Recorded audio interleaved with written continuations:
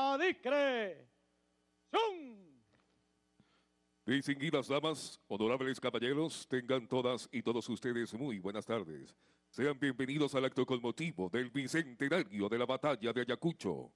Acto que se regirá de acuerdo al siguiente programa.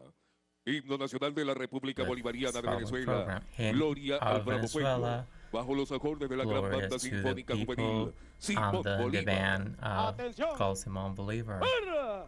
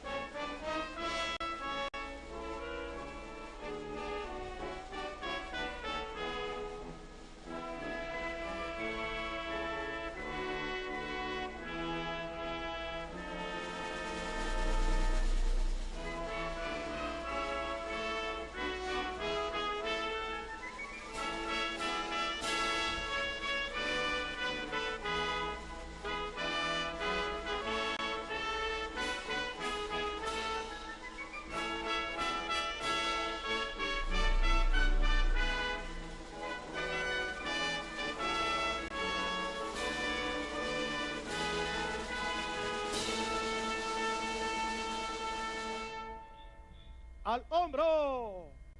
¡Hurra!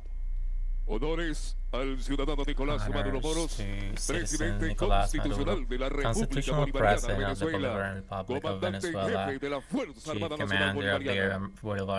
Convita al ciudadano presidente constitucional de la República Bolivariana de Venezuela, comandante en jefe de la Fuerza Armada Nacional Bolivariana, Nicolás Maduro Moros.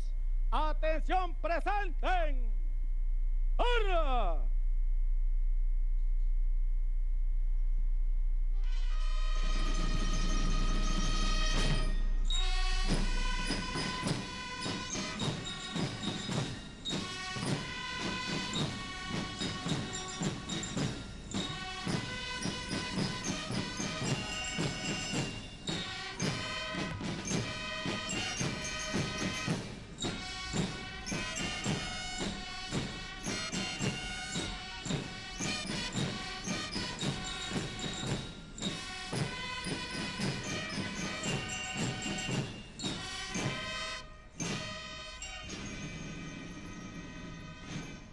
Al hombro.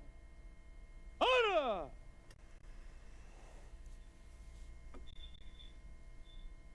Honores a la bandera nacional. Honor to the national Convita a flag. la bandera nacional. Atención, presenten. ¡Hurra!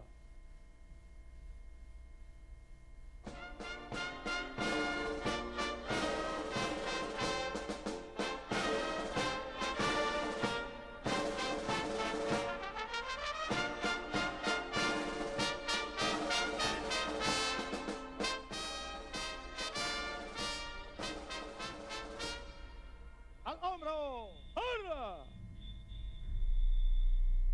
Parte y solicitud de permiso para dar inicio al Permission acto. to Por el start ciudadano the general act of Caracas, commemoration Darío Mavo Sánchez, director de la by Academia the Militar del director of the Ejército Military Bolivariano Academy of y the Bolivarian comandante de la Army agrupación and de Panamá. commander of the occupation of Panama. ¡Guerra! ¡Chávez vive!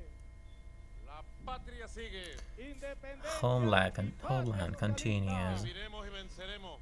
We will live and triumph. Nace en el Esequibo. Nace en Esequibo. It is born in Essequibo. Leales siempre. Traidores nunca. Never traitors. Jefe, permiso para darle parte de la agrupación de parada. Adelante. Go ahead. 530 combatientes presentes.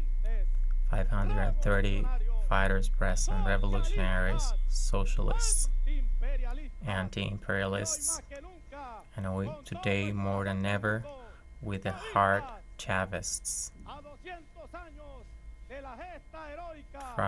From 200 years of the heroic act, Liberator Sucre, father of Ayacucho, hero of the sun, who broke the change made by Pizarro under the Inca Empire. Today, 200 years later, in a perfect military, civic, and police union, we have decided and drawn our path to the national independence. And today, in this act, we ratify our absolute loyalty and recognize he is the main soldier at the head of this revolutionary fight, a fight that has expelled an empire from this continent, and we are willing to be free no matter what. I ask for your permission to start this commemoration act to celebrate the Battle of Ayacucho. General Mao Sanchez, today is a very special day for all of the peoples of our America, because in one day like this, under this bright sun, in a single field, South America, troops directed by Mariscal Antonio José de Sucre in a marvelous way defeated what was by then the most powerful army of the earth, the Spanish army. And with that great triumph, they sealed forever the victory of the liberation of our continent from 3 centuries of criminal colonialism. One day like this, 200 years ago, the destiny of America was sealed, and that destiny marks us today. For now and forever, we are the people of those who succeeded in Ayacucho. We triumphed of all times, all centuries. And that commits us in the powerful civic police military union that encompasses 5 generations of the historic bloc of the free, independent Venezuela of the 21st century. Same battles with the same intensity as our liberators showed 200 years ago. We're batting those fights today to make of Venezuela an exemplary homeland with dignity, educated and called people, building social happiness, building their own economic model, independent, productive, and sovereign. A people that builds its own political model of direct democracy, community democracy. A people that can build and is proud to build their own identity, cultural identity, diversity, enriching themselves from the deep roots of the indigenous and Afro-American peoples and all of the peoples that make up this beautiful what we are. Yesterday, the generation of liberators achieved the mission they had to carry it out in a great way, and we are going to celebrate it today. But beyond that, as it's going on in America, we need to ratify our commitment from our heart that we will be like Sucre, like Ayacucho, and this homeland will continue its path of independent, free, and peaceful, sovereign, and united. And then on behalf of the eternal glories, Sucre liberators, the eternal glory of the Supreme Father Simon Bolivar, I authorize to start this majestic act commemorating the victory of Ayacucho. Go ahead, General. Comandante en jefe, Vital. ¡Ven! Descansen. ¡Ahora! ¡Adicre! ¡Zum! En honor a esta gran épica. Honoring this epic act, we inaugurate this monument commemorating the heroic Battle of Ayacucho with 12 shots and 9 shots representing the 9 of November 1894 when this battle took place, and 3 honoring the 3 hours of fight. ¡Atención! ¡Fuera!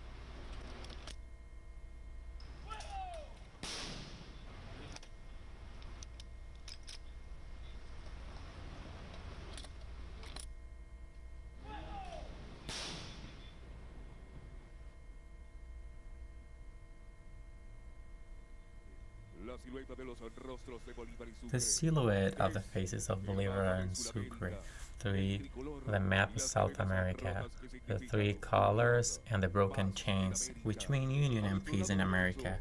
On the right side, the flag of the countries littered by Bolivar, Panama, Bolivia, Peru, Ecuador, and Venezuela. 2 sculptures of Bolivar riding his horse to the south. You may sit down.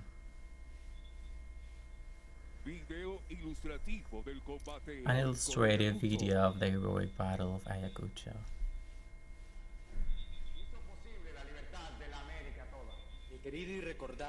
Dear and remembered General, I would like to show you that the infamous President Francisco Paulo Santander, in order to destitute me from the army, I decided to appoint you General Commander of the Army of Colombia to fight definitely Ayacucho, the Spanish army, begging God for everything to work out. Your follower, Simón Bolívar.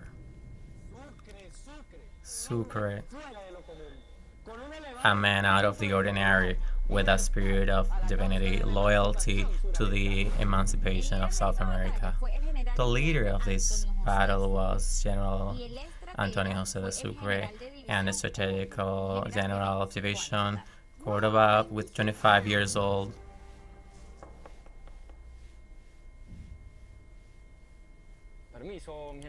Permission, my general. Welcome, General Córdoba.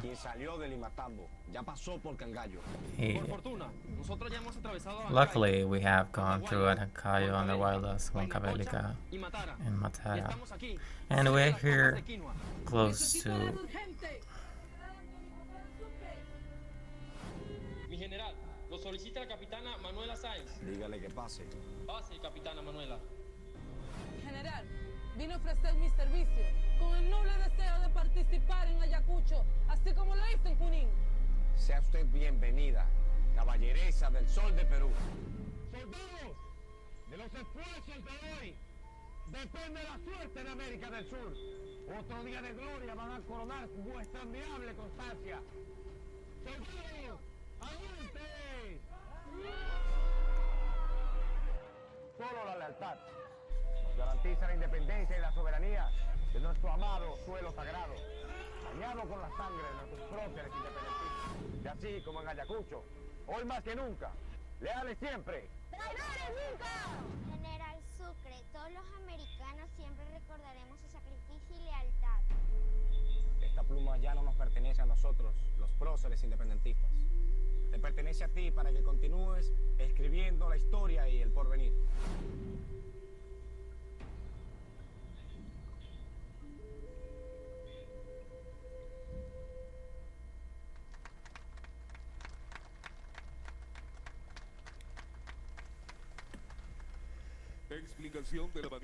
Explanation of the victorious maneuver of the Battle of Ayacucho by the Citizen General Division military historian and Captain Enrico Perales. Constitutional President and Commander-in-Chief of the Bolivarian Armed Forces is leading the acts for the commemoration of the Ayacucho Battle of this monumental process from the Ayacucho Square. Welcome to Las Pampas de Quinoa, where the independence of America consolidated one day like this one 200 years ago in the Battle of Ayacucho. There you see a beautiful work of art that inside has a collection of 1,200 soldiers and represent important moments of the Battle of Ayacucho, which means that at the same time, moments and events that happen at the battle are happening in different places and different times. To talk about the Battle of Ayacucho, it's necessary to set us in the field in a geographical way, in the limits and cardinal points. At the north, there where is Sucre, we will be over the secret and victorious lands of Junin, where the Battle of Junin took place. Here we're over the south, over the Cusco city. Towards the east, we are seeing the realistic army over this hill that we know as Condor Combat. On this side, we have the east, the army united and liberated of Peru, ready to battle. To enter in the topic, it's necessary to mention the geographic description of this field. As you can see, you can appreciate that on both sides of this mountain there are ways that make of this place of geography very difficult access for enter the armies in this terrain. So horses had difficulties to go through this terrain in a broad way throughout this terrain. To explain this tactical way, I'm gonna give the word to General Zurita, historian and expert in this area. It has been incredible, this maneuver, the terrain, in spite that Spanish people thought they had the ideal place, Sucre chose it. And he chose it for the people who got trapped there. And what Sucre planned is that we had to succeed or die in that battlefield. And that empowered the Liberator Army. The initial plan they carried out was attacking for the left flank with their Major General and attacking the Peruvian division, which was the one that has lack of experience. And in this flank we have Colombian divisions from Boyacá, Carabobo, Pichincha, men with a strong force and battlefield. We had 3 divisions. The one directed by General Lamar, Peruvians. First Division, directed by Jacinto Lara, all of the battles of Colombia. And Second Division, headed by General Neogranadino, Jose Maria Cordova, also a hero who was part of the battle. at its time. Que es nuestro lema. It's Paso de vencedores siempre. Así que esas tres divisiones, always haciendo algunos análisis, successful. este, I have todo been esto analyzing estudiando, certain llenándome de esta fuerza espiritual, analysis, studying alimentar and feeding my soul, and to create a strategic and tactical of today to consolidate Venezuela and boost the union in Latin America and the Caribbean. And an expert was saying, who I listened in a colloquium celebrated by the Center of Latin American and Caribbean Studies, Romulo Gallegos, with historians of all America, Mexico, Puerto Rico, Cuba, Nicaragua, Panama, Colombia, Ecuador, Peru, Chile, Argentina, and Venezuela.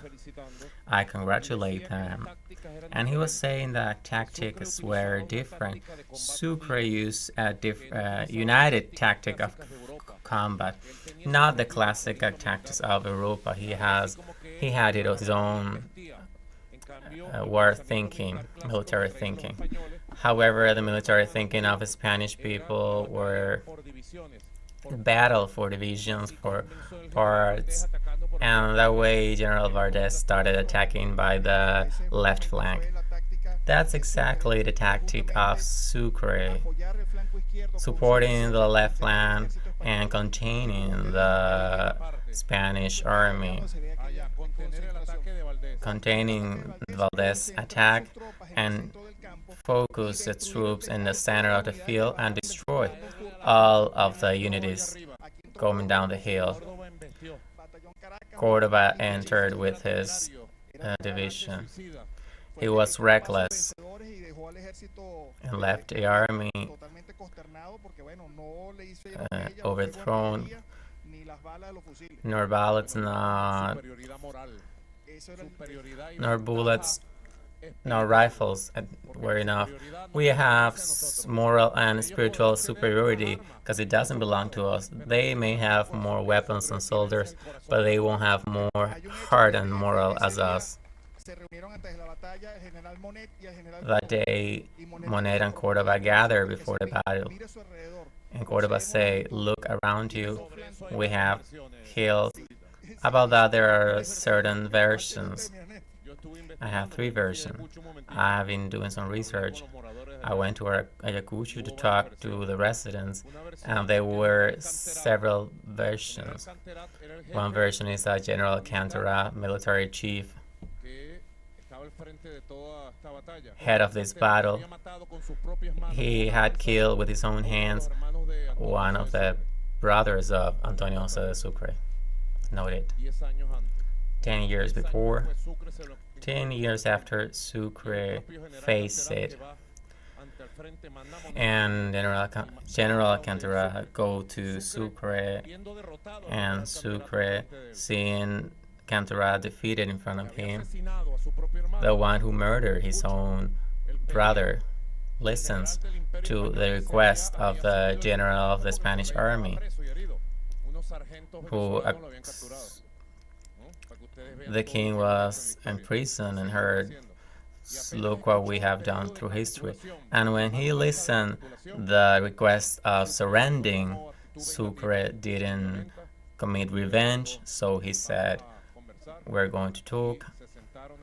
And they sat to write the surrender letter, one of the most beautiful documents for Latin American geopolitics, and was written by a Venezuelan, our Marshal of Ayacucho.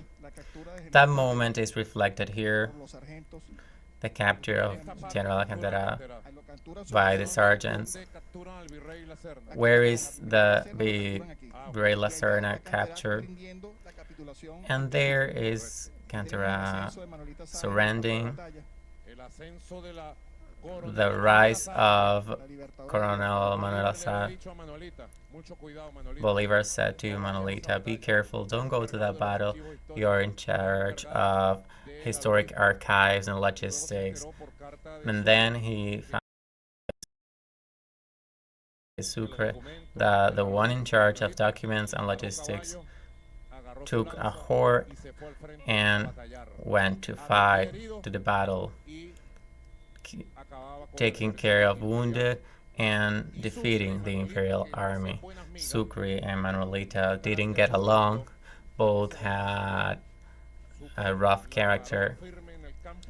He had to recognize and rise her to colonel of the Liberator Army in the battlefield. Those are the achievements of Latin American women. Even if she was born in Quito, she is also Venezuelan. And here we are representing the hug they carried out minutes before the battle. There was a request so that those soldiers hug before the battle. I told Padrino and General Hernandez Lare, I interpret things after living what we have lived and everything we're experiencing right now. I interpret this in my way because the Spanish army came. Most of the soldiers were Peruvians because nobody wanted to fight here from Spain, although they had a great budget. But people didn't want to come here. They realized that our cause was fair, human. We were not barbarics. They were the barbaric. I have a hypothesis because then General Monet goes to talk and Cordoba says, "We're brothers. Why should we kill ourselves, each other? Let's let the soldiers hug and say goodbye." What was the tactic? Lower the morale and cause desertion in our part and avoid the battle. But morale was so high that Peruvian soldiers of the United Liberator Army hugged their brothers, cousins, and their families and told them, where we say goodbye. You are in the wrong side of history. We're going to fight, and the one who deserves it is going to win. We're going to defend the right to freedom of Peru and whole America. And that's how they respond to what I believe, Surita, I believe was an attempt to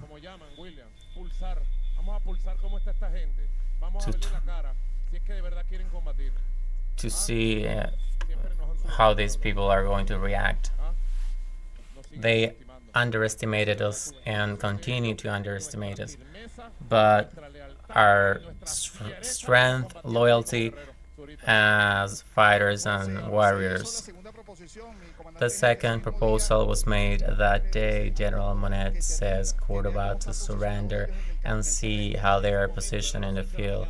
At that moment, it was 8 a.m. We are more than you. And Cordoba said, you have an advantage, but you don't have something we have. The courage of our soldiers, our heart, and that way we defeated them. The strength of our people, we have inherited it. In the same way, here we reflect General José Lorenzo Silva, where he got 3 shots in the battlefield, and he went to the campaign hospital, and he asked if those wounds would avoid him to go to war again, and he said no and went back to the battlefield again. I say to those who believe that can colonize Venezuela or deliver as a colony Venezuela, if you have historic ears, listen. If you have eyes to see history, see, because we are the same. We are José Laurencio Silva, we are José Jacinto Lara, we are José Sucre, we are the same. Don't make a mistake with us, never. To finish, on that side is General Jerónimo Verdes, the one most capable of the Spanish army, sitting in Iraq. In one moment, he thought it was not possible that they lose the battle as they did. He was about to kill himself when he was rescued by some Spanish soldiers, and he was saved. And he was saying that Sucre won't surrender because they were thinking in the war that they propitiated in Venezuela at the first time. And Jacinto Lara arrived there at night to offer capitulation in a dignified manner. Look, General Valdez came from being one of the most prepared generals of military techniques in that time, and he had crushed with the army of Napoleon Bonaparte and came here, and they hurt a lot, they caused a lot of damage. The Spanish Imperial Army had 14 years of triumph. It had never been defeated. 14 years of triumph, and our army arrived to break their triumph. Nor courage, nor battle capacity, nor Bolivarian diplomacy that existed and that we have today. If you want it for the good side, but on the wrong side, attend to the consequence, and that's a message of Sucre and the sons of liberators. In that part of the action of the battle where the division of Jerónimo Valdez was defeated, Canterac went closer to him and said to Jerónimo Valdez, why? Because he mocked him and told him, are those soldiers or not? The rifle soldiers were the ones defeated by them. And after 3 hours of fight, the realist army fled. They were throwing their weapons and were captured in the battlefield. 2,000 men, 700 wounded, and a lot of generals. 5,780 soldiers of our army. And they were 9,600. They had 30% of advantage, more horses, more weapons, and their artillery was intact. They only had left cannon because there was an attack that almost destroyed the whole artillery of our army. And even though we arrived and with little cannon, with opened path. Here is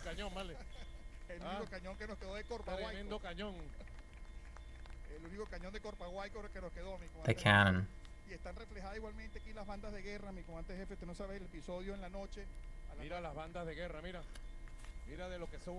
The war bands, look there. Those are the war bands.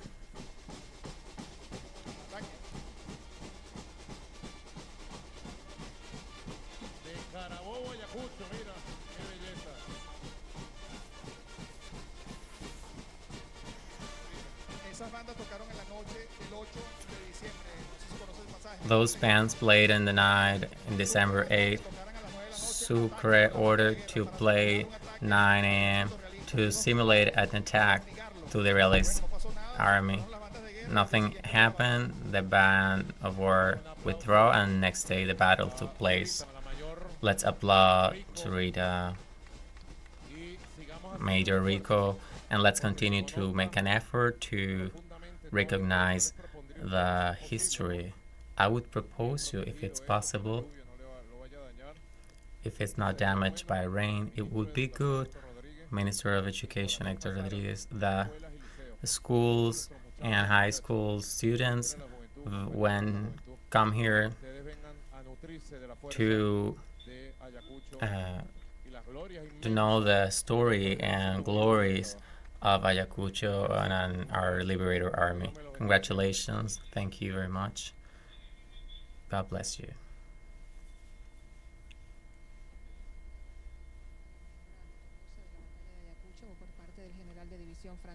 Zurita y la capitana del ejército Marián de Jesús Rico Perales en la maqueta construida por civiles y militares y que contiene Presentación.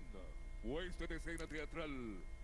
A theater play focused on the events that characterized the historic moment of the Battle of Ayacucho, titled Ayacucho Gave You a Name and a Face. Ya me preparaste la mochila. Es hora de irme al combate. Me espera mi ejército junto al padre Bolívar. Claro que sí, mi amor, aquí está. Tómate este poquitico de café y lleva contigo la bendición de Dios. Mira que has vencido muchas batallas. ¿Y los niños? Los niños juegan allá afuera. Vete rapidito. Junto al jagüey, dejé el caballo. Ah, y debajo de la piedra de amolar está tu daga. Gracias, amor. Nadie supo de él desde el día que fue tras Bolívar con sus pasos sirvientes. Fue tras ese sueño llamado patria. Antes de la batalla de Ayacucho, ya a finales de 1824, luego de algunos pocos encontronazos, nuestras filas, comandadas por el mariscal Sucre, llegamos el 9 de diciembre a la pampa de Ayacucho, al sur del Perú, donde nos detuvimos y tomamos posiciones. La llanura, que se extiende desde el pie del cerro Condorcunca hasta las pampas de Ayacucho, fue el escenario donde por última vez nos enfrentaríamos ambos bandos, ejércitos que durante 14 años de luchas heroicas derramamos nuestra sangre en esta tierra bendita de América del Sur. Al amanecer del 9 de diciembre de 1824, el general Sucre recorría las líneas del ejército libertador y proclamaba en alta voz: ¡Soldados! De los esfuerzos de hoy depende la suerte de América del Sur. Otro día de gloria va a coronar vuestra admirable constancia. ¡Soldados! ¡Que viva el Libertador! ¡Que viva! ¡Que viva Bolívar, Salvador del Perú! ¡Que viva! Desde hoy para siempre, todos serán José Antonio. Tú eres Sucre, mi espíritu con ustedes, y esa llama la ofrezco como mi vida misma. Vosotros seremos inmortales. La derecha estará comandada por el general José María Córdoba, con 4 batallones colombianos. En el centro, bajo las órdenes del general Miller, con los húsares de Junín, de Colombia, y los granaderos a caballo de Buenos Aires. A la izquierda, bajo las órdenes de José de la Mar. ¡Que viva la patria! ¡Que viva! ¡Vamos! ¡Vamos! ¡Preparados! ¡Apunte! ¡Fuego!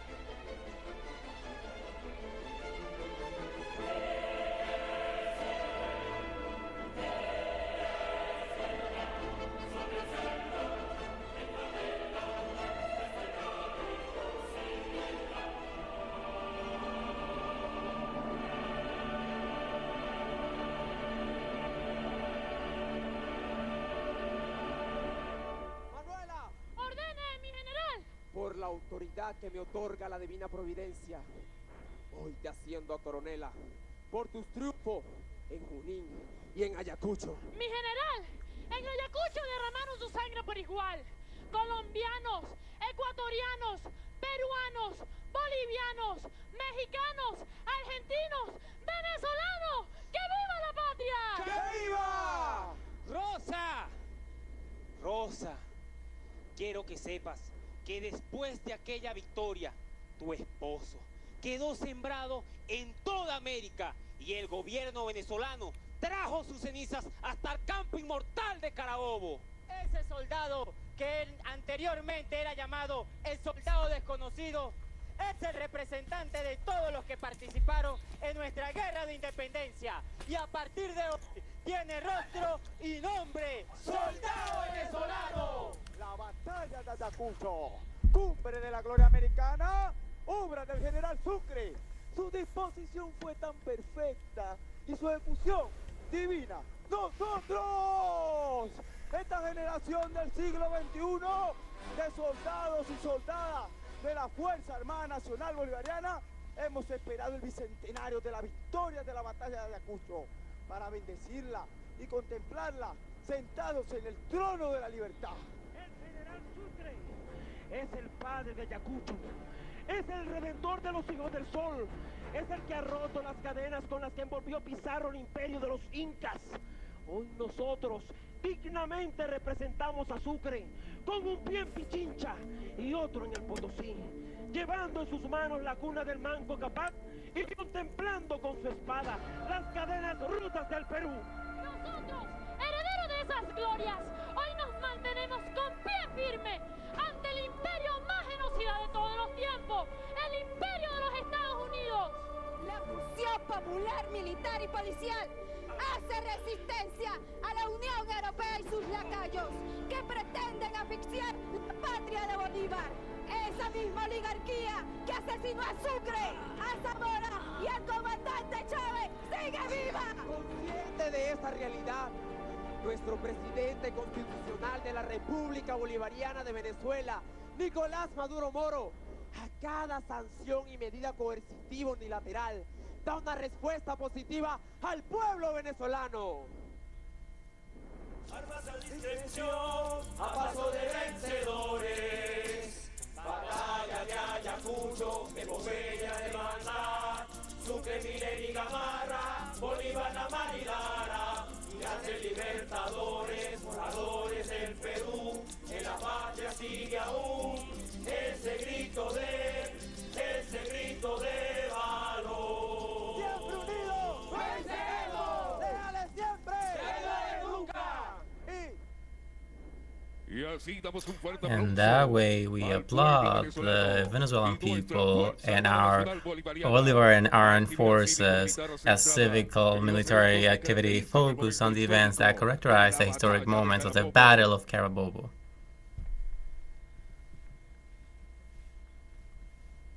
Imposición de la condecoración And the condecoration of the Order Medal Victory of Ayacucho for popular leaders, writers, political leaders, and military leaders, excellent professionals, and police leaders who have been faced aggressions by the capitalist and oligarchist empire of the United States. Citizen Ricardo, the Vice President of Planification and Minister of Planification.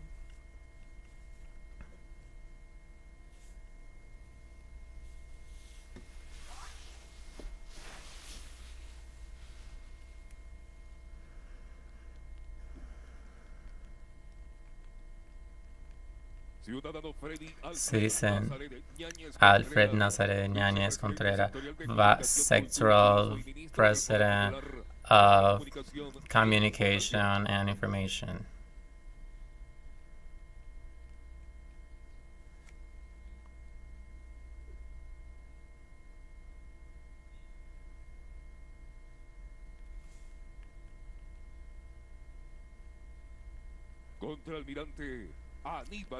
Counter Admiral Aníbal Coronado, Minister of the Popular Power for the Presidency and Government.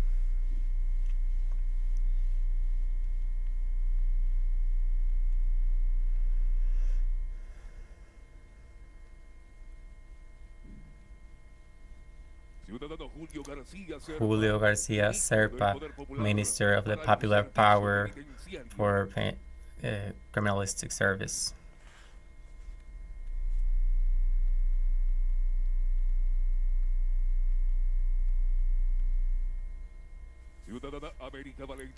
America Valentina Perez Dada, Deputy and Second Vice President of the National Assembly.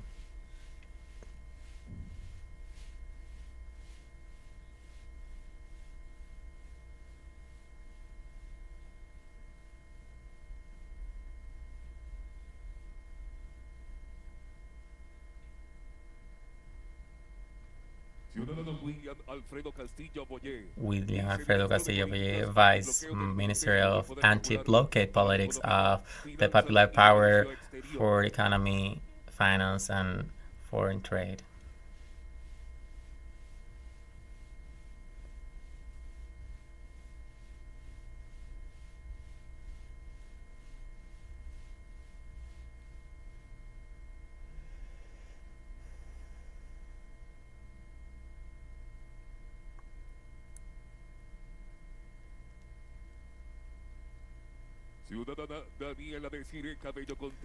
Daniela Desiree Cabello Contreras, President of Vargas Bay and President of the Agency of Promotion and Export of Venezuela.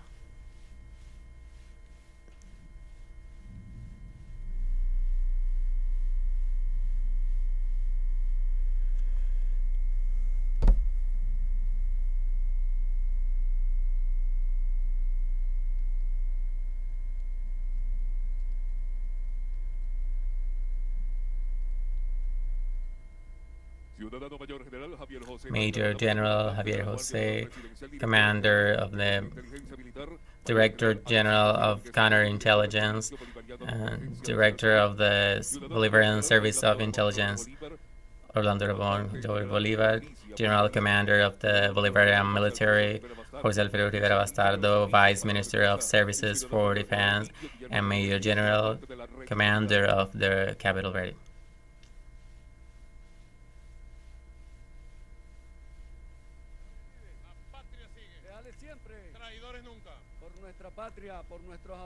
For our homeland, our indigenous people, our liberators, Mariscal of Ayacucho, Antonio José de Sucre, for our Supreme Eternal Commander, Hugo Rafael Chávez Fría, Commander-Chief, I request your authorization to acquire this decoration.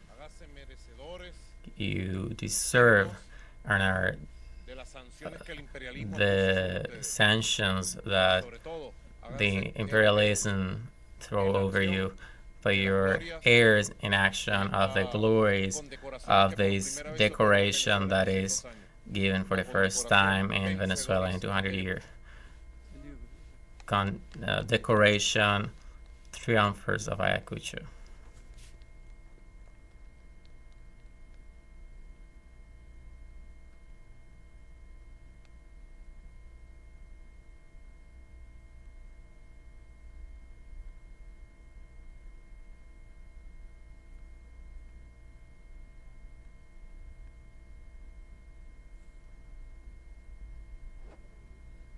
The bicentenary order of the Battle of Ayacucho, 21 people wounded by the policies of the North American Empire are dignified with this decoration of the Battle of Ayacucho in its only classification. Something that we offer in the screens of Venezuela, President of Venezuela, Commander-in-Chief of the Bolivarian Armed Forces, Commander-in-Chief, permission to withdraw, authorized. Citizen Major General Jesus Republic, Commander of the Central Red, General of Division Ángel de Palestrillo, General of Division Luis Geraldo Pérez.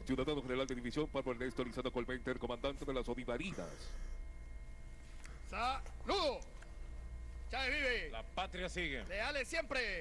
Traitors never. Request to acquire the decoration that we are given, authorized.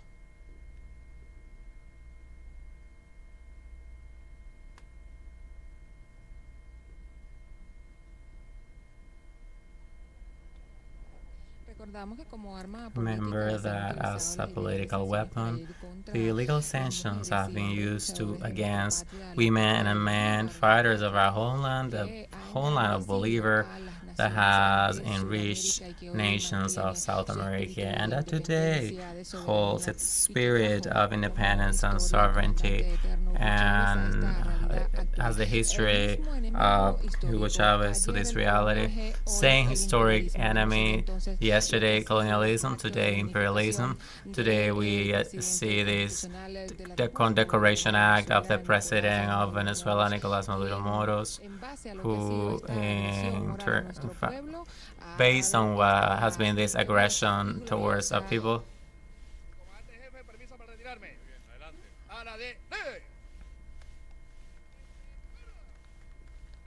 Ciudadanos de la Alta División, Jesús Ramón Fernández Alllón, segundo comandante y jefe de Estado Mayor de la Guardia Nacional Bolivariana, general de división Alberto Alexander Mateus Meléndez, director de la División de Logística de la Guardia Nacional. Ciudadano general de brigada José Junior Herrera Duarte, comandante de la zona número 43, capital de la Guardia Nacional Bolivariana. Y el ciudadano general de brigada Rubén Santiago Servilla, comandante general del Cuerpo de Policía Nacional Bolivariana. ¡Saludos! Chávez vive. Patria sigue. Independencia y patria socialista. Viviremos y venceremos. Mi comandante en jefe solicito su autorización para recibir la condecoración que se nos otorga. Autorizado. Lo ha expresado el comandante en jefe de la Fuerza Armada. Commander-in-Chief of the Bolivarian Armed Forces has expressed, we feel proud of carrying out this order of the commemoration of the Battle of Ayacucho, created November 27, when 32 years of the historical date were achieved, and was announced this way by President Nicolás Maduro to dignify those who have made efforts towards the development of our country, carrying out our borders, our citizens, and this homeland and national production, as well as development itself with a unique model built by men and women.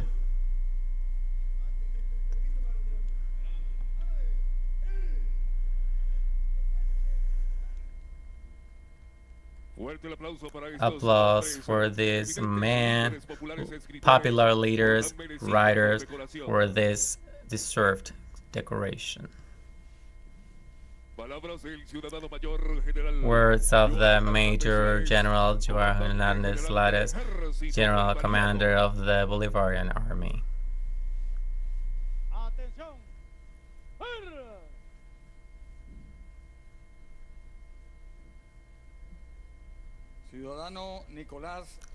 Citizen Nicolás Maduro Moros, Constitutional President of the Bolivarian Republic of Venezuela and Commander-in-Chief of the Bolivarian Armed Forces, Dr. Cillian Flores Maduro, First Fighter of the Republic of Venezuela, Dr. Carislia Rodriguez, Magistrate President of the Supreme Court of Justice, Dr. Jorge Jesus Rodriguez Gomez, President of the National Assembly, Dr. Elvis Amoroso, President of the National Electoral Council, Gustavo Vizcaíno, Prosecutor of the Republic, Tarek William Saab, Attorney General of the Republic, Alfredo José Luis Angulo, Defender of the People, ambassadors and military personnel of the Bolivarian Republic of Venezuela, Sectoral Vice President of the Executive Bureau of the Nation, ministers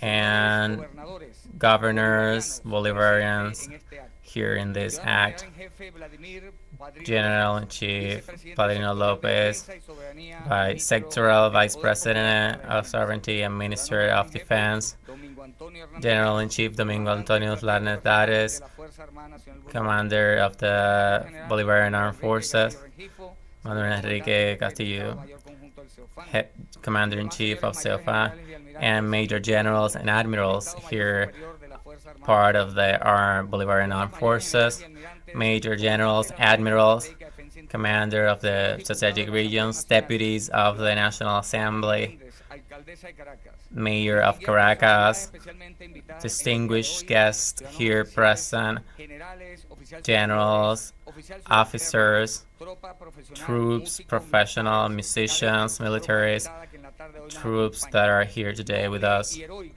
noble and heroic people of Venezuela, communication media, ladies and gentlemen, friends.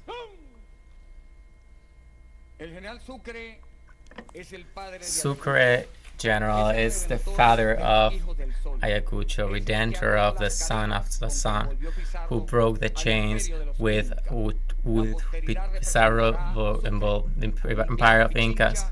Will represent Sucre with a foot in Pichincha and the other one in Potosí.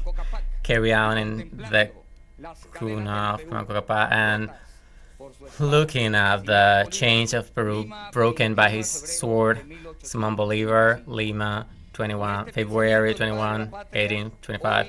With this phrase, the father of a homeland, today, I want to start this brief intervention in this important and iconic day for the independence of America. We commemorate with special joy the greatest battle of this era, the Battle of Ayacucho, a battle that led to the victory to the United Liberator Army under the direction of Antonio José de Sucre over the realist forces, carriers of misery and genocide in our continent, and started a new order for our world in Ayacucho. Brave men and women died, but also greedy and abuses of the Spanish empires, whose scenario was the Horn of Death in Quinoa, Peru, to redeem the son of the sun in a paradoxical way. That a place of death symbolizes life, where sovereignty and freedom of South American people were born today. 200 years of that battle are commemorated, where courage people, popular masses commanded by Sucre, fighting to succeed as they did in campaigns and battles in Venezuela, arriving to Junín, Pichincha, finally Ayacucho. A magnificent encounter, not only for its tactical genius, but for the look for independence and peace for so much time. In our epical and glorious battles for independence against the imperialism at that time, I want to quote José Martí, a hero of Latin America, who had one of the most important visions of America, titled Nuestra America. He announces a concept that resounds till nowadays. We cannot revolutionize here with Spanish swords, French books, and North American laws. We cannot annul Gaucho, Roto, Cholo, Llanero with its low corollary, and even less indigenous and slaves, black people, but our America comes from itself. Yesterday, like today, we face a common enemy, an aggressive enemy, but today the sons of Bolivar and Sucre have powerful weapons to destroy their philosophy and the inconsistency of their mercenary troops. United, it would be easy to defeat him. Let's summon and not forget the last words of the father of Homeland. Fellow Homeland, listen to my voice. When I finish my political career, I urge you to remain united, not to become the murderers of Homeland and your own mercenaries. Venezuela today is a territory of peace, of right and justice integrated for a generation of secret fires, men and women who, as yesterday, I always fighting to reach victory against the terrors of economic domination of the world, who we fight today as free men and women of sign of humanism.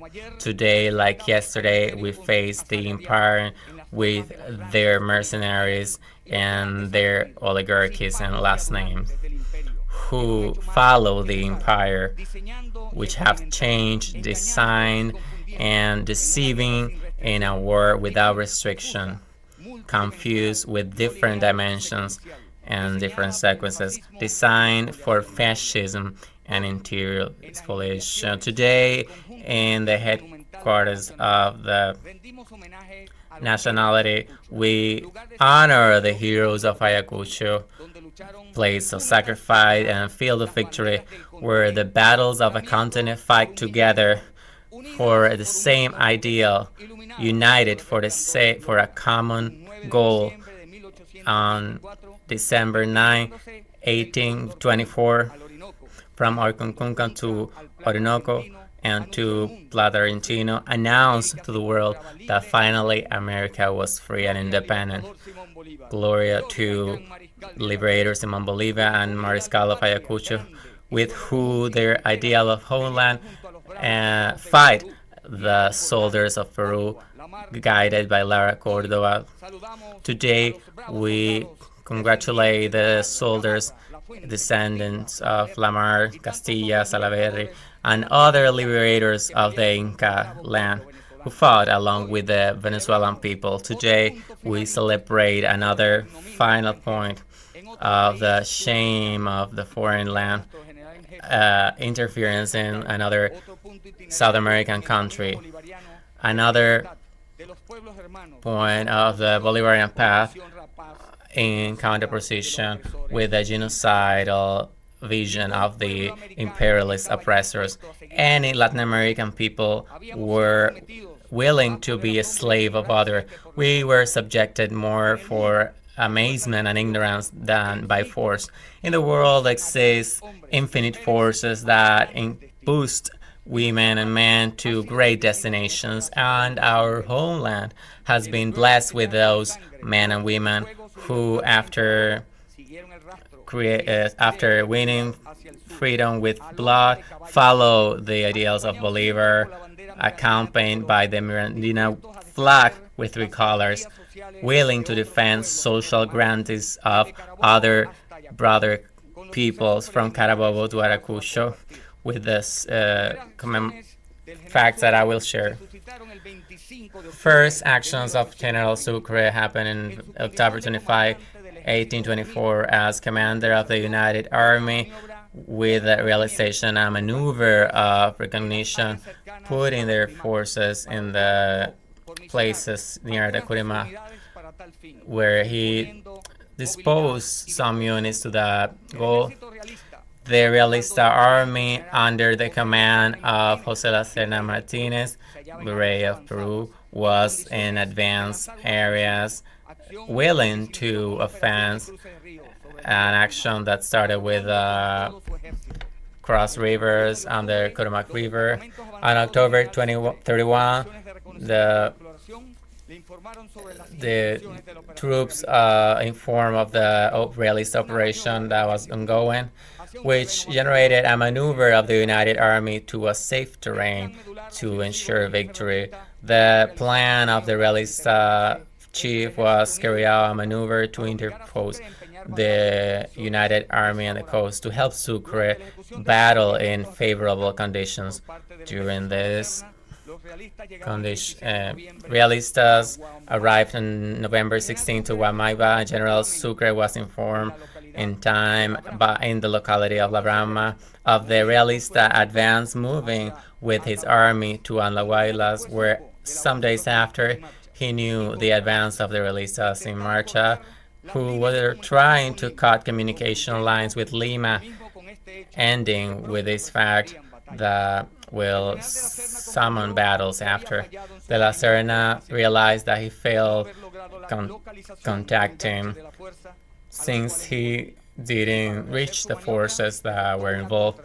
So to carry out his maneuver, he carried out an act that took him to the Pampa River on November 20. There he found Republicans in Sucre with clever way found his domain in the hill of Bombón and willing to face the realistas if they attacked.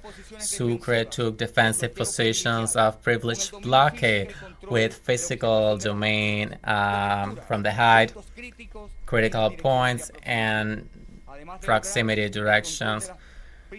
Beyond achieving control of the main supply sources, Virrey in moving to contact, looking for the battle, and therefore executes certain movement to cause some mistakes in Sucre. But General Sucre, expert in war, keeps his position and doesn't fall in that provocation. So Virrey La Serna sends Division Valdez to the other side of Las Pampas to threaten the front of the United Army.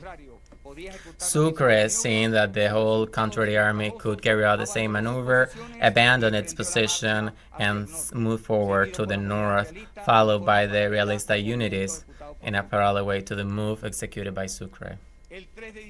On December 3rd in the afternoon, a battle took place between the retaguardia forces of the United Army, the Reserva Division, and the advance corps of the Valdez Division in La Quebrada de Corpahuaypo. The plan consisted in divided the Liberator Army, pushing some troops to a side of the valley, and isolate another segment to the location of Matara. In spite of not achieving its goal, a battle took place which caused 500 casualties and the loss of great war artillery.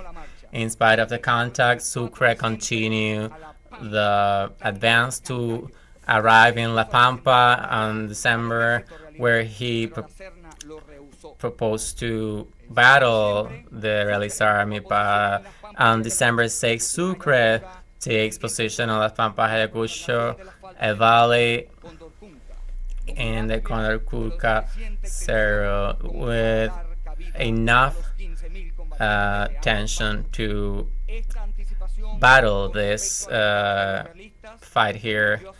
This allowed Sucre the election of the most advantaged part of the field for its plan, because it was proven that effective recognition would allow the favorable position during the battle. The Ray is reacted the advance, but couldn't achieve its purpose.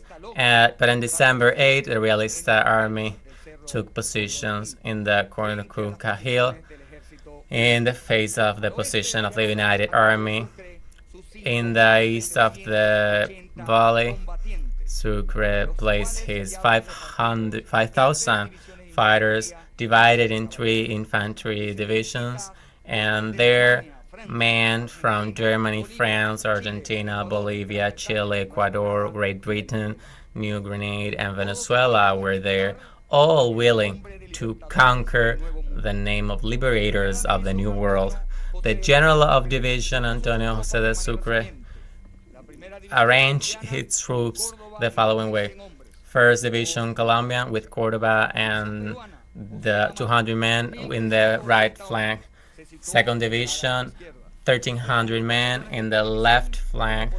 After the Húsares de Junín division was positioned there with 700 riders in the center. The 2nd Colombian Division, commanded by Jacinto Lara with 1,600 men, was reserved.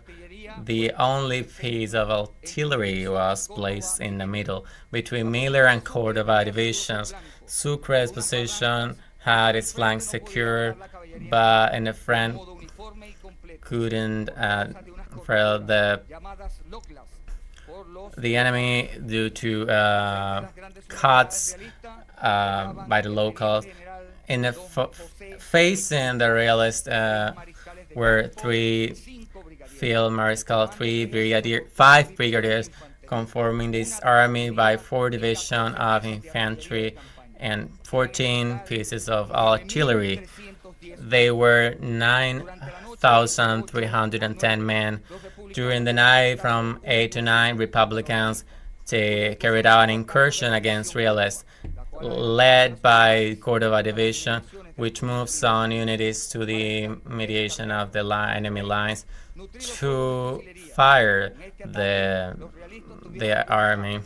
With this attack, there were some casualties from the realists.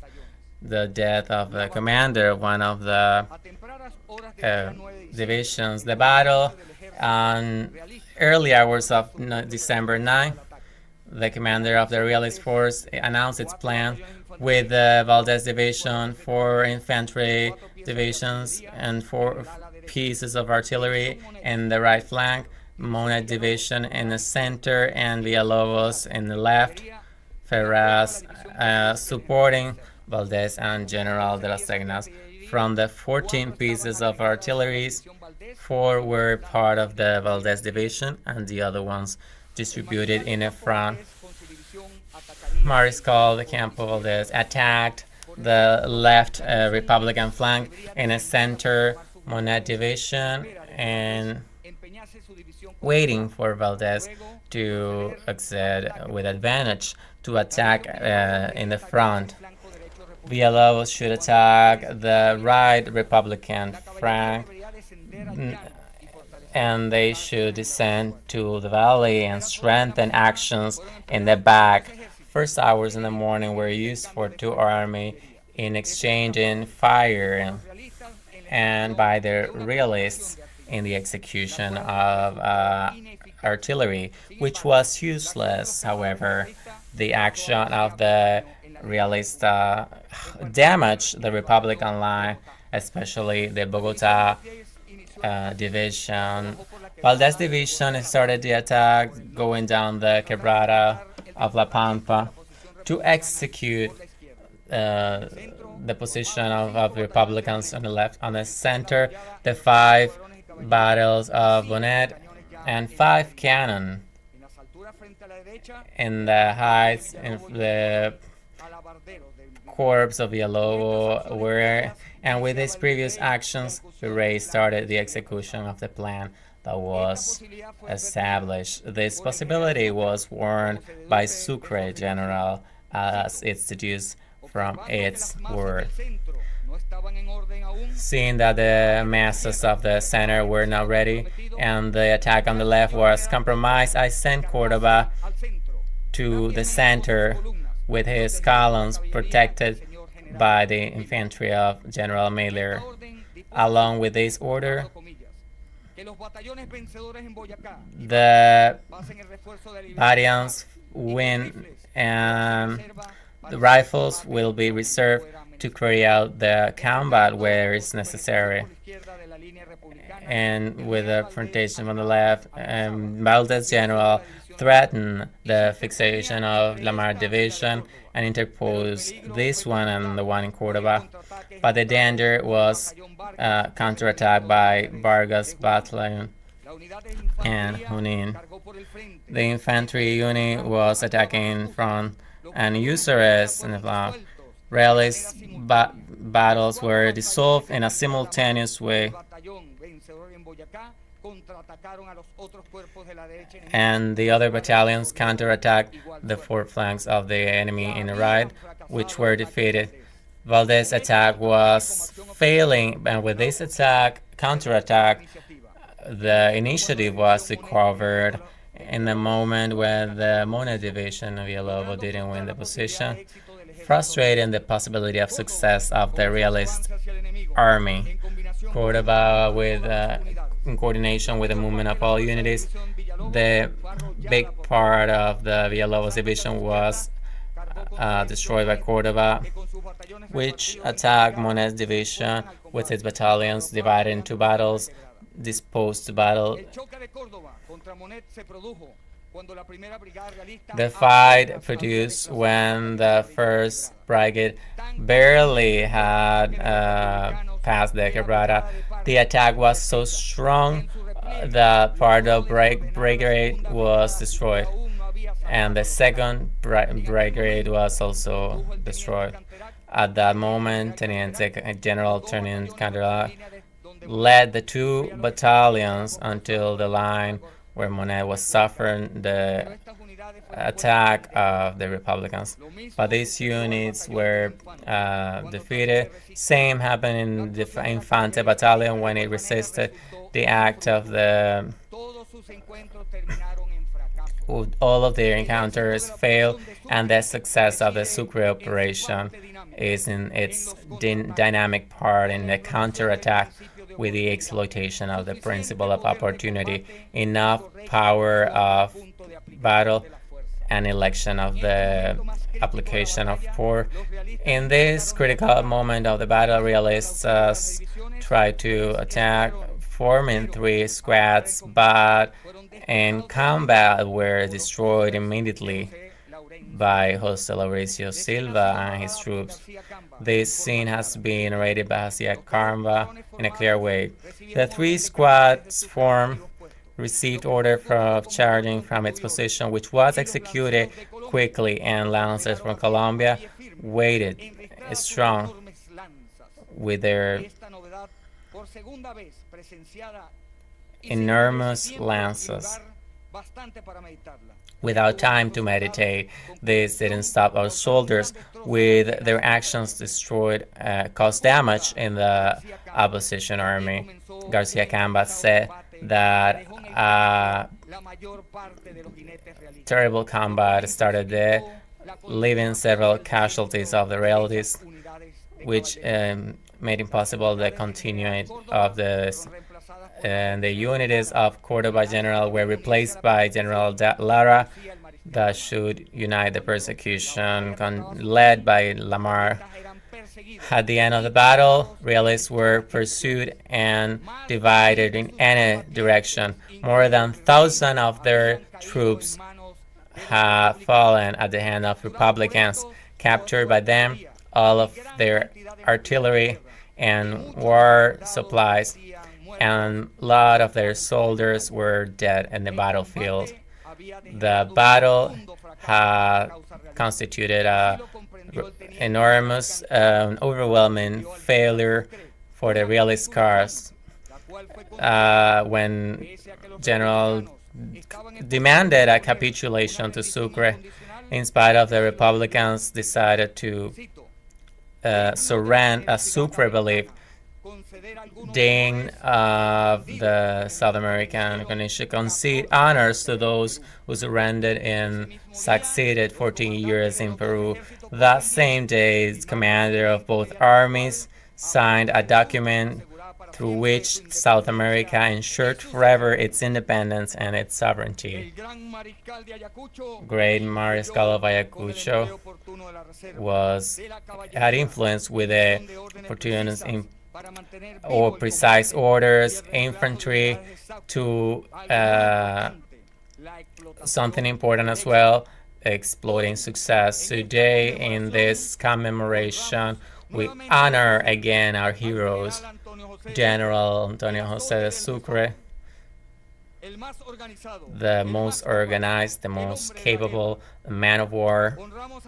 We honor the building of Republic and American genius, our liberator, General-in-Chief Simón Bolívar, the greatest American of all times. This battle is comparable to the Battle of Austerlitz, fought by Napoleon Bonaparte, December 5, 1805,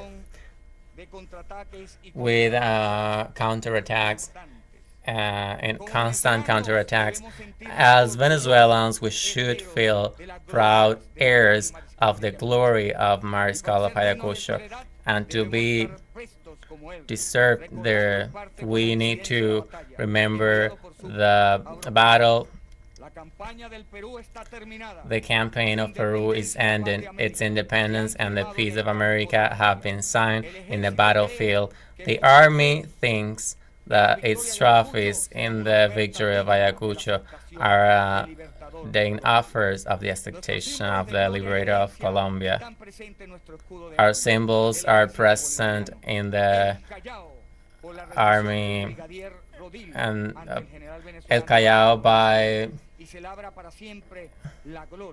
And the glory is always celebrated. That is how the last Spanish army in Latin America disappeared. And the realistic standards were a trophy, including the first Spanish flag that was waving in the fortress, which was sent to Bolivar to show it in Caracas. Here in Caracas, also we received the real pardon of conquerors given to Conqueror Francisco Pizarro in Toledo in 1529, delivered from Lima for the great Mariscal de Ayacucho with the flags of the 5 veterans defeated in Ayacucho. Bolivar showed to the world that Venezuelans were not looking for conquest. They went looking for freedom to their American brothers and create nations without asking anything for return, and that is its greater treasure. Today, the Liberator Army has transformed in a new structure of freedom. Today is popular military and police under our doctrine, defense, strategic, revolutionary. The Bolivarian armed forces, we are proud of these triumphs and trophies of each historic moment that we have inherited, thanks to the fight of the men and women of the people. We are living in a time of resistance, revolution, and reborn under the leadership of our Commander-in-Chief, Nicolás Maduro Moros, as the greatest leaders and heir of the glory of the powerful Liberator Army. Today, become in an armed Bolivarian armed forces protector of its people. To finish, I would like with thinking of Supreme Commander Hugo Chavez. I quote, "Go back to encounter ourselves with unfinished dreams that move forward to the horizon. Go to the encounter with the force of 1,000 centaurs.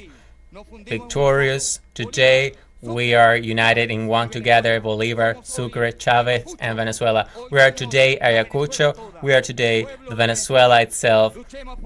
People of Venezuela, let's fight for ourselves to have a homeland forever, a perpetual homeland.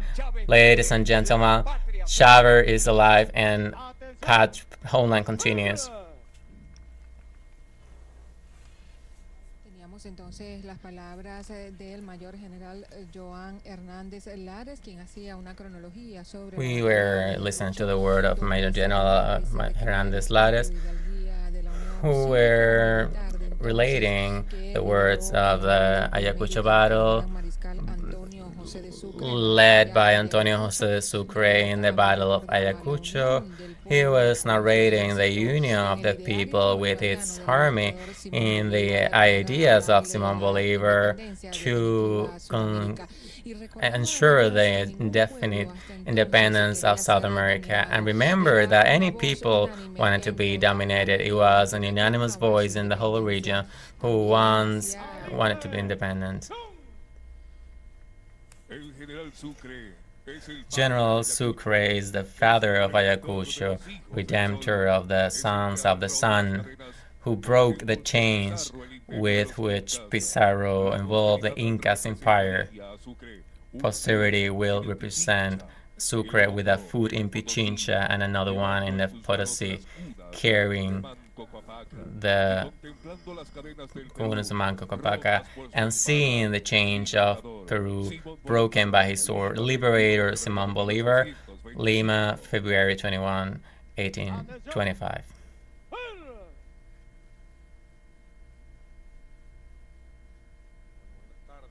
Good afternoon. This afternoon, which is so special and beautiful in the city of Caracas. In this place, this iconic place,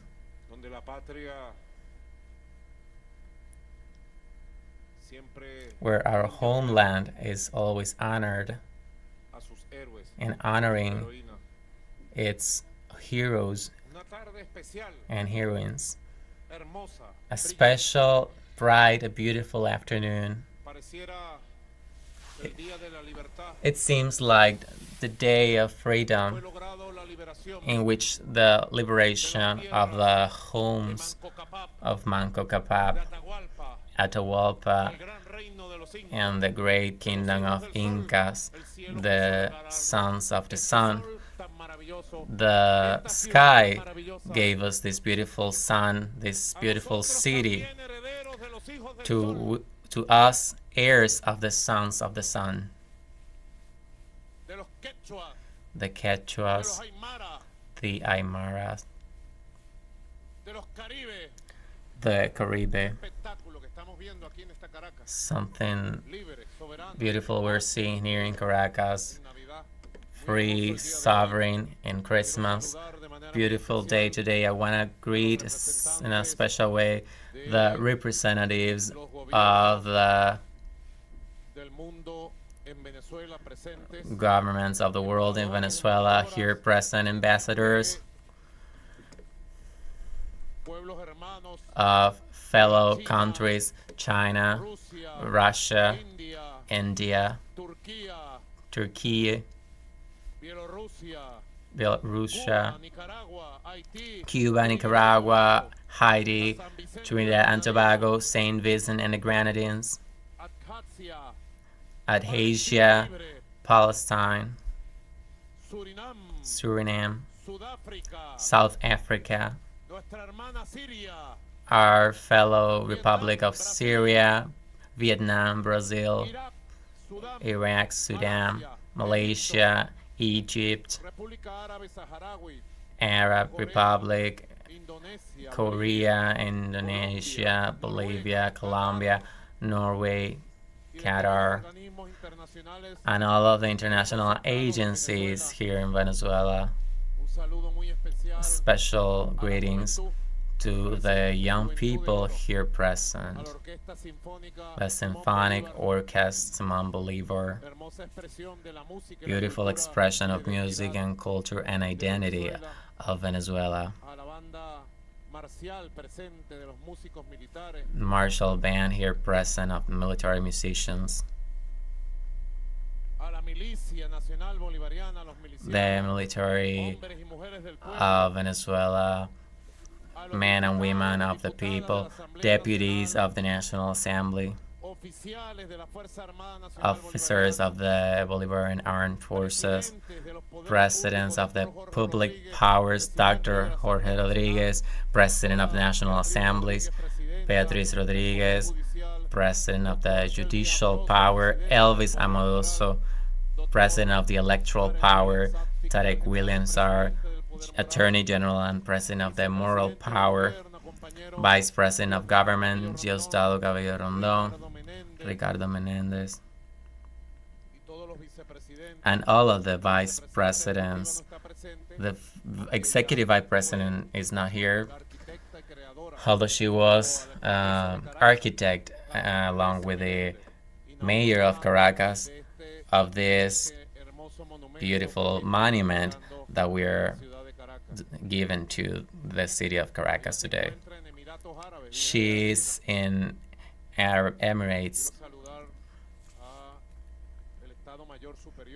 I want to greet the Superior State General-in-Chief, ministers, commanders of the Army, Aviation, National Military,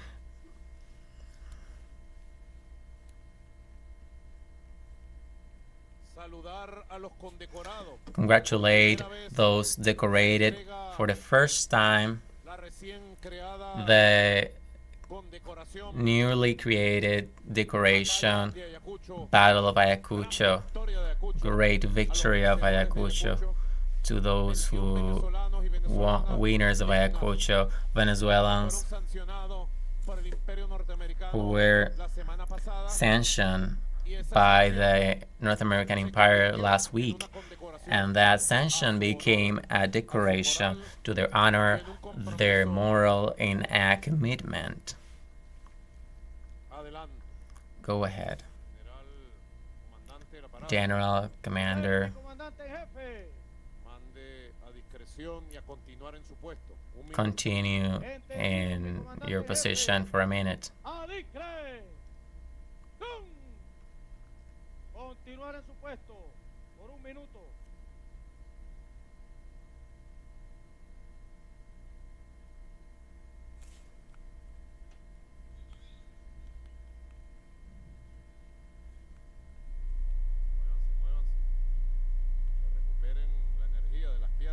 Move to recover energy. Let's applaud this military police in this unforgettable event for the life. General-in-Chief Padrino, please recognize these officers here, military staff here present, to decorate them for being in here in the 200th anniversary of the Battle of Ayacucho. In a beautiful afternoon such as this one. Mande a formación, general. Pasar, quedar correctamente a discreción. Correcto, quedar a That is correct. Hemos librado una jornada We have held esfuerzo importante an important effort para conmemorar, to decir, hacer memoria commemorate, which means remember, de los 200 años de un the proceso histórico 200 years of a unique historic process que marcó that marked desde aquel tiempo from those times estelar tiempo this de las ideas exemplary time of the ideas of the dreams of the Republican dreams, an exceptional time for concrete utopias, for unitary and common effort, marked forever the genes of our life as peoples and as republics. One day like this, but 200 years ago, a long process ended, which started with the arrival of the Spanish colonialism to this immense geography, which is today America, from the territories stolen from Mexico, of California, Texas, Arizona, the north of America, going to Central America, Panama, South America, and the Caribbean, Cuba, Puerto Rico. The Spanish Empire imposed a system that we may qualify as amazing. An amazing system of conquest, domination, and colonialism. And one might think men and women of the people who see us and are here present, how did they achieve to subject the extermination cultures and people that were living there in these territories for over 12,000 years, what is known as America today, and the Inca Empire at Yayala, the land of the gods. We have to study to acquire knowledge about the history of the colonization and conquest. The liberator said 200 years ago, for deceivement and for big lies, we have been dominated more than for force. which means we were dominated more for deceivement, but also by force. And when we study the process of liberation of South America, specifically the process of liberation of Peru and Bolivia, an epicenter of the powerful and beautiful Inca Empire, comparing it with the processes of America, we can see clearly the methods, the imperial and colonialist methods used yesterday, and that won't stop in their complex of superiority and try to use them today in the 21st century. It's truly 500 years ago, there was a conqueror called Francisco Pizarro. You have to study him and do some research about him to know the barbarities that he committed against the empire of the sons of the sun. And he used all of he had to take advantage of the internal differences. First thing he did was have a group of indigenous people who were loyal to him, and he used them as interpreter to interfere in the psychology of the tribes and the peoples that existed in that region that today is Peru and Bolivia. Then he realized about the differences and internal wars that existed between the last Inca emperor Atahualpa and one of his brothers that they were fighting a war. And he's starting to work to offer his weapons to carry out a revenge against Atahualpa. He started to work in dividing the peoples by egocentrism, by ambition, by hatred or desire of revenge. We have been dominated more for deceivement and lies than by force. Deceivement, we call it today psychological war, cognitive war, but it's imperial antecedents. It's the war of intrigue and division used as a strategy to subject a whole continent that was living free and in peace. The second part, that by recommendation of the former conqueror of Mexico, Hernán Cortés, applied Francisco Pizarro over the Inca Empire, was a piece of advice he got from Spain when he met with the king and got power to conquer America. Hernán Cortés told Pizarro, they were relative. He told him, the method I used in Mexico was divide them and kill their leaders. And Pizarro set the goal and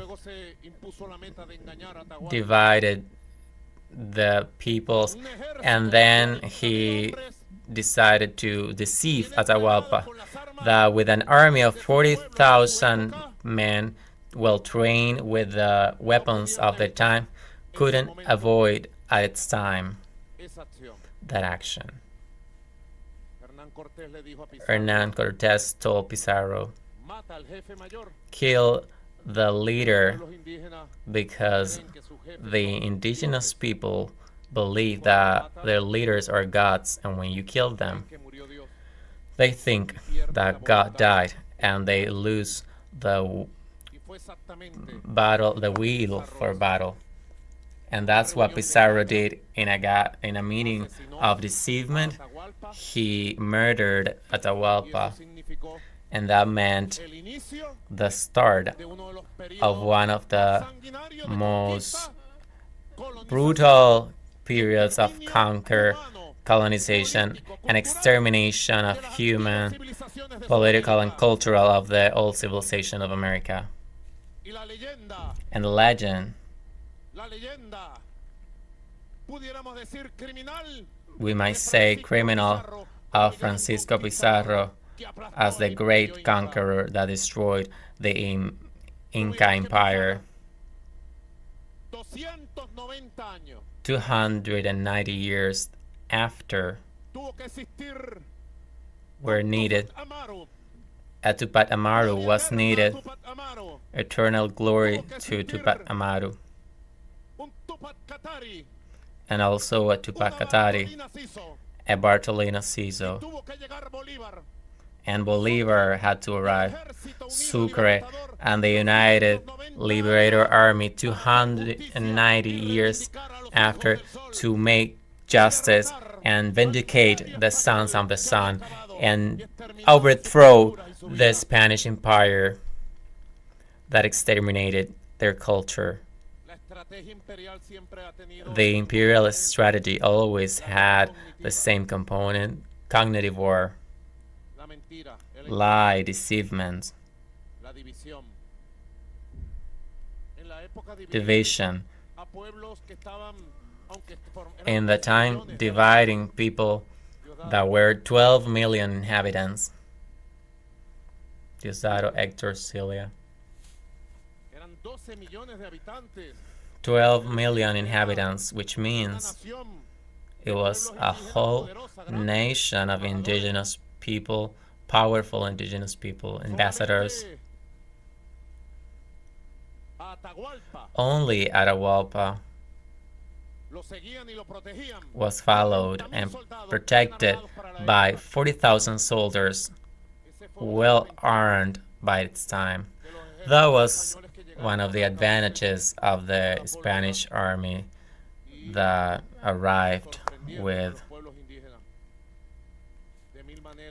gunpowder and surprised the indigenous people in several ways to intimidate them and deceive them. How many lessons we can learn for the times we're living of redemption, liberation, because I have to say it as well. I thank God above all. I thank God, the immortal and eternal spirits of the liberators, that from Venezuela we have been able to commemorate 200 years of Carabobo and 200 years of Ayacucho with a free, independent, and sovereign and dignified country respected by the world. Vindicated and vindicator of the ideas of freedom. 100 years ago, the centenary was celebrated by the people in the midst of an brutal dictatorship, a country that Juan Vicente Gomez turned into a North American colony and gave them all of our oil reserves to the North American companies. I think I feel in my body and in my mind what the generation of the centenary felt. Admiration for the heroes, but also pain, because we lost our homeland. 200 years after, we have to say our homeland is standing up today, walking by its own feet, free and in peace. 200 years after Francisco Pizarro murdered Atahualpa, Francisco Pizarro arrived to Cusco, capital of the Inca Empire. He got to the Temple of the Sun, a sacred place of the indigenous people, and destroyed the Empire of the Sun. He built a church. And in 1534, on November, he brought the pendant the king of Spain gave him, which was known in history as the pendant of Pizarro, and put it on top of the temple of the sun to say, we have arrived and this land is ours. 290 years after the victory of Ayacucho, in December of the year 1824, the United Liberator Army get to Cusco with Sucre at the head, and the Aymara people, heirs of Atahualpa, gave them the pendant of Pizarro as a trophy, as a symbol of the liberation of the sons of the sun. Here is the pendant of Pizarro. I posted a video on TikTok yesterday, and Instagram and Facebook, and Telegram. And it was published in media as well. Look for it. Like it. And share it as well.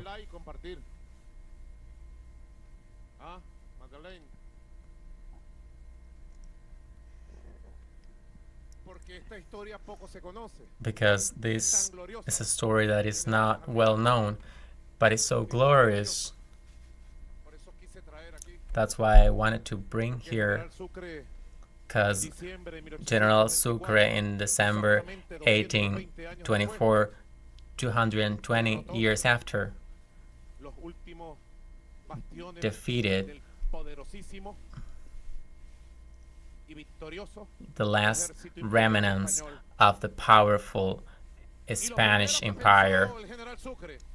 And what Sucre thought, first things he thought when he got this pendant as a trophy of war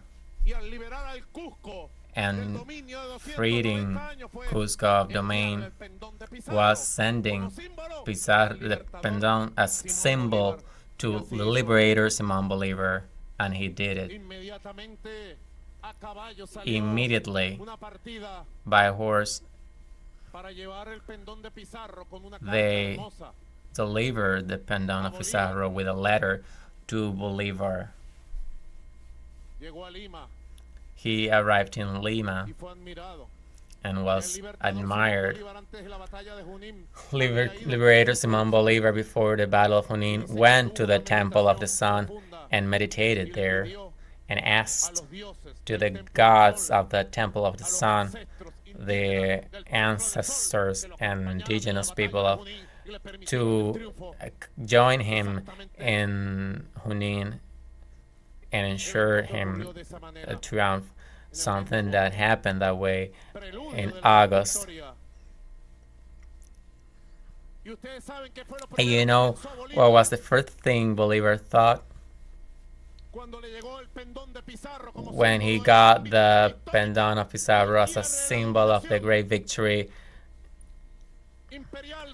and defeat of the imperial Spanish Empire? What he thought is that the pendant of Pizarro has to be showed in the streets of Caracas, because in Caracas the dreams of South American freedom started, and that way it arrived in Caracas. Because in that 5th of July 1811 started this long path to detach any remnant of colonialism. So I wanted to bring, and I'm gonna leave it here so that the people see for 30 days. Our people can see a symbol of what domination of 290 years, almost 3 centuries, here in Caracas, Caracas, the liberator, the rebel, the one with the revolution, the historic revolution.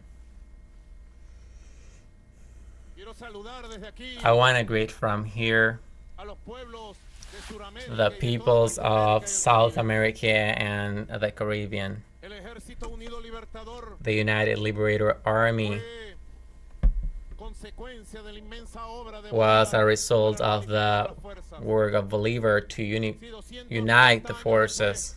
If 290 years after they dominate us by deceive and lies, and by force, and by division, Bolivar achieved the milestone of uniting a whole army, all of the liberator forces, not only Venezuela, but in all South America, because he could just stay ruling the Great Colombia, Panama, but he always had the goal, since he pronounced his speech of 1811, of uniting South America, a great homeland as he called it. And if they dominated us by deceivement and force 290 years, freedom arrived by union, by strength, by project, by leadership.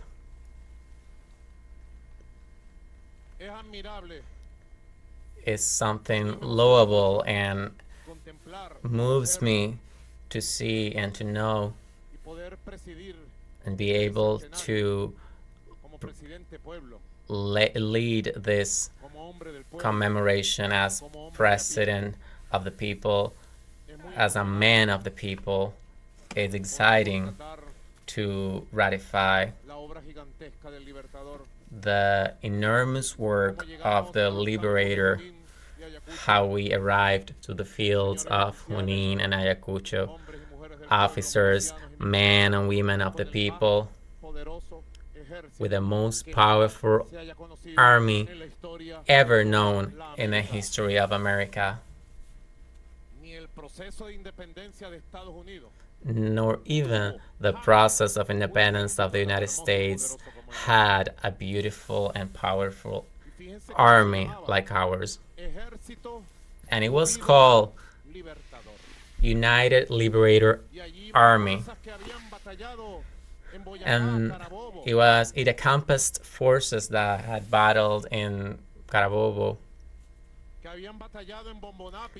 in Bombonac, Pichincha, that were from all of these spaces. And only through political union, the dream, and the military union, and I can say today in the 21st century, only popular military union in a single power, in a single empire, could defeat and overthrow in Junín, in Ayacucho, the Spanish Empire, and expel it from this land.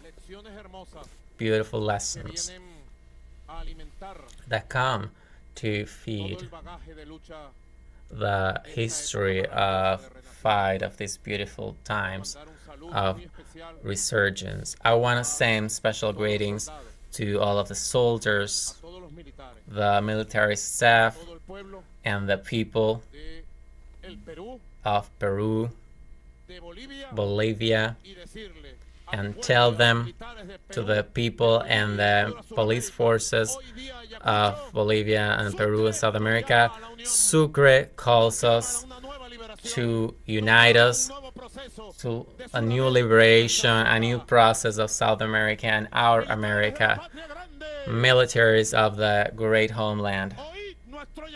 Listen to our call from Venezuela. Let the drums of liberation and union resound. Stop intrigue, stop division. Let's stop separating our America. Let's stop cowardice of those cowards that subjected to blackmails of the empire and deny the flags of Bolivar, Sucre, and the liberators of America. Greetings as well.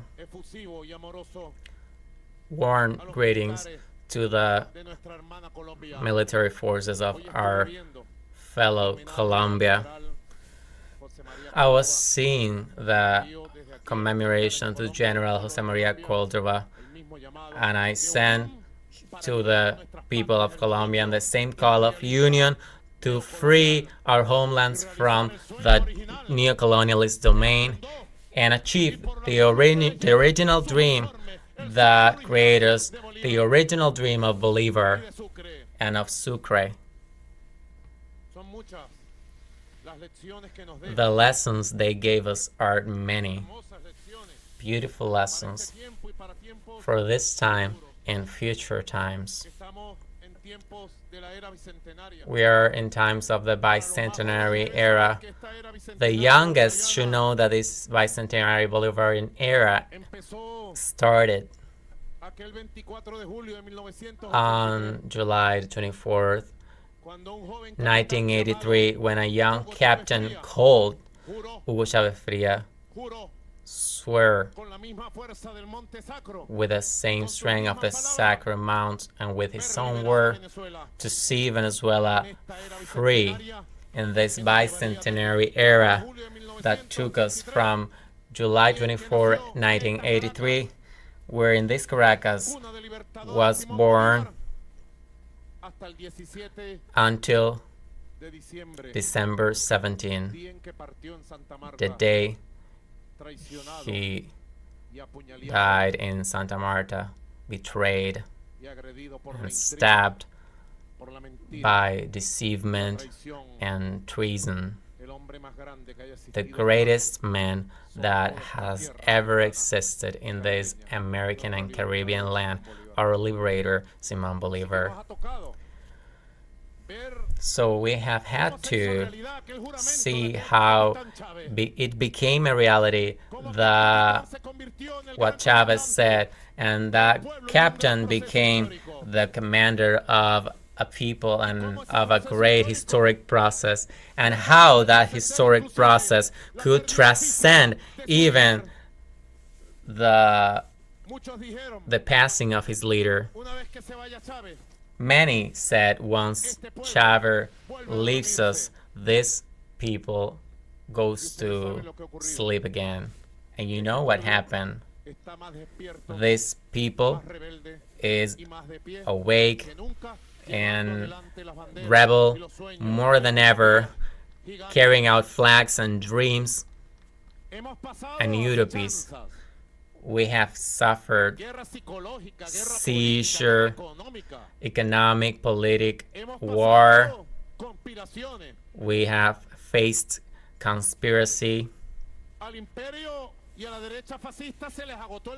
The empire and the fascist right wing are over. They have applied everything they had against Venezuela. Every time there's something happening in the world, they want it to happen in Venezuela as well.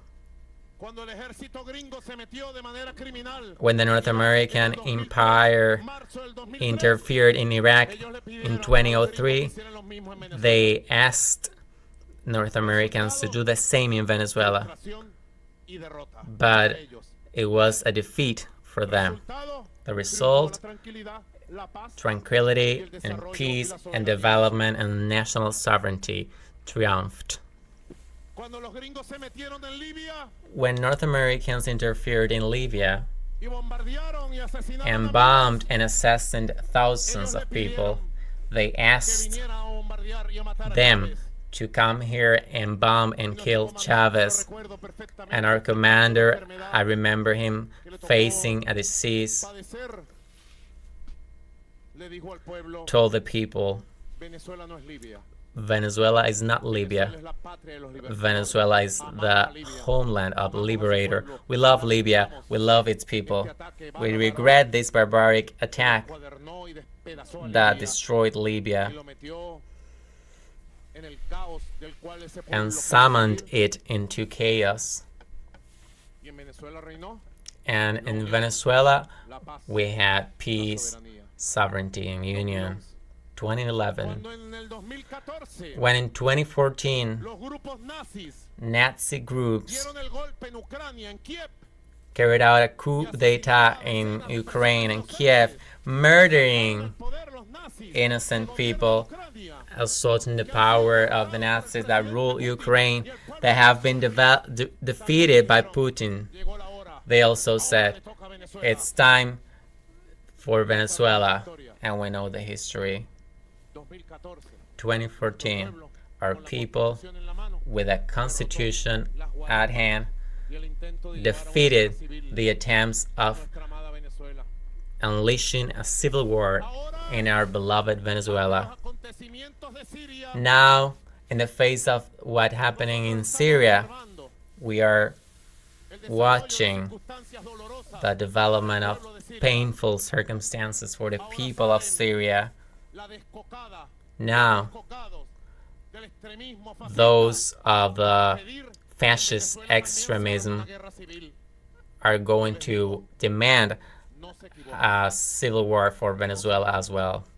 I tell them, don't make a mistake, because Venezuela, in a perfect civic police military union, is going to triumph for the path of peace. And in Venezuela, we will have peace, stability, and national union, and the constitution will prevail. Nor Iraq, nor Libya, nor Ukraine yesterday, nor civil war today. We are the sons and daughters of Ayacucho, the sons and daughters of the sun.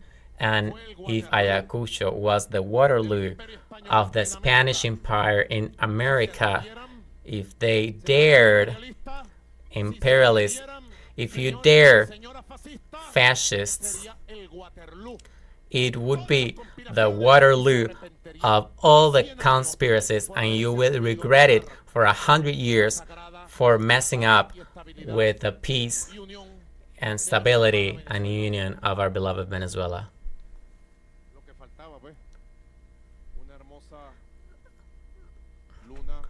Look, a beautiful crescent moon. There the sun, and here the moon,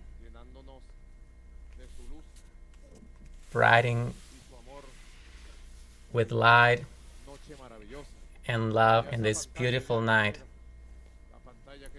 And look at that screen, so beautiful. We're showing the moon. Here is this book. I'm going to put it in my social media accounts so that it be known by other people. Campaña del Sur, a book that must be part of all of the classrooms. Patriotic youth essays and opinions of our students. A book made for students, by students, of this historic and glorious, eternal glory for our people. I want today, the day of Ayacucho,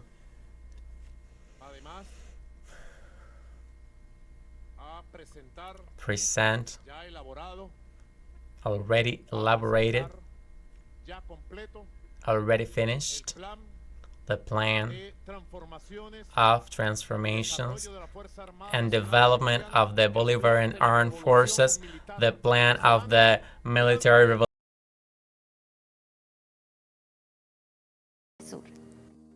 Identificamos cada pieza de nuestra geografía en el radar con una lectura geopolítica, y es que hay procesos que impactan en medio de la